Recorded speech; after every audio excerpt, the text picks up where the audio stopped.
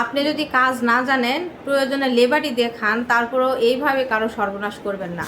আমার এটা একটা অনুরোধ রইল। শর্ট কলাম এবং মেন কলামের লেভেলটা একই হয়ে আছে, এবং এখানে দেখেন রডের মাঝখানে গোটা ইট একদম রেখেই ঢালাই করে দেওয়া হয়েছে। এটা কোনো যুক্তির মধ্যেই পড়ে না। এরকম কাজ আপনারা দয়া করে করবেন না এবং মালিককে ক্ষতিগ্রস্ত করবেন না।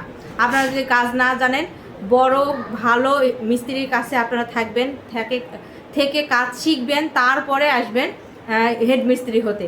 এর আগে আমার মনে হয় কারো কন্ট্রাক্টারই নেওয়ার একদমই দরকার নেই। বড় বড় অনেক কন্ট্রাক্টর ভাই আছে, বড় বড় হেড মিস্ত্রি আছে, তারা অনেক ভালো কাজ জানে এবং দক্ষ। তাদের কাছ থেকে আগে কাজ শিখেন, কিভাবে কাজ শিখতে হয়, কিভাবে কাজ করতে হয়, কিভাবে কাজ করলে একজন ক্লায়েন্ট খুশি হবে এবং সেখান থেকে আরও 2-4টা কাজ আপনি পাবেন। এই মন মানসিকতা নিয়ে আপনি আপনার কাজে আসবেন। এছাড়া কাজে আসার আমার মনে হয় না প্রয়োজন আছে।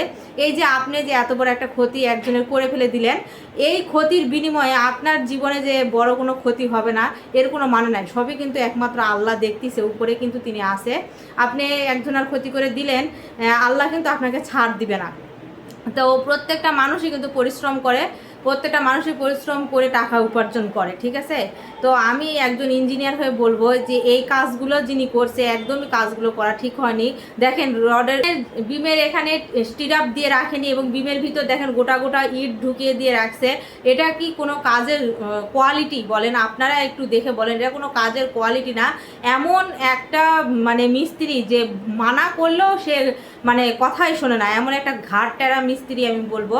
আমার লাইফের যে অভিজ্ঞতা, এই অভিজ্ঞতা কালে এরকম আমি মিস্ত্রি একদমই পাইনি। তো এই সাইডটা আমার ছিল না। যাই হোক, এখানে হয়তো না পেরে এই ক্লায়েন্ট যিনি আছে, এই ক্লায়েন্ট আমাদেরকে এখানে ডেকে নিয়ে আসে এবং আমরাও দেখলাম যে আসলে এই মিস্ত্রিটা একদমই ঘাট টেরা বললেই চলে, কোনো কথাই ইনি মানে শুনে না। যার কারণে এই যে কাজের কোয়ালিটিটা এতটাই খারাপ।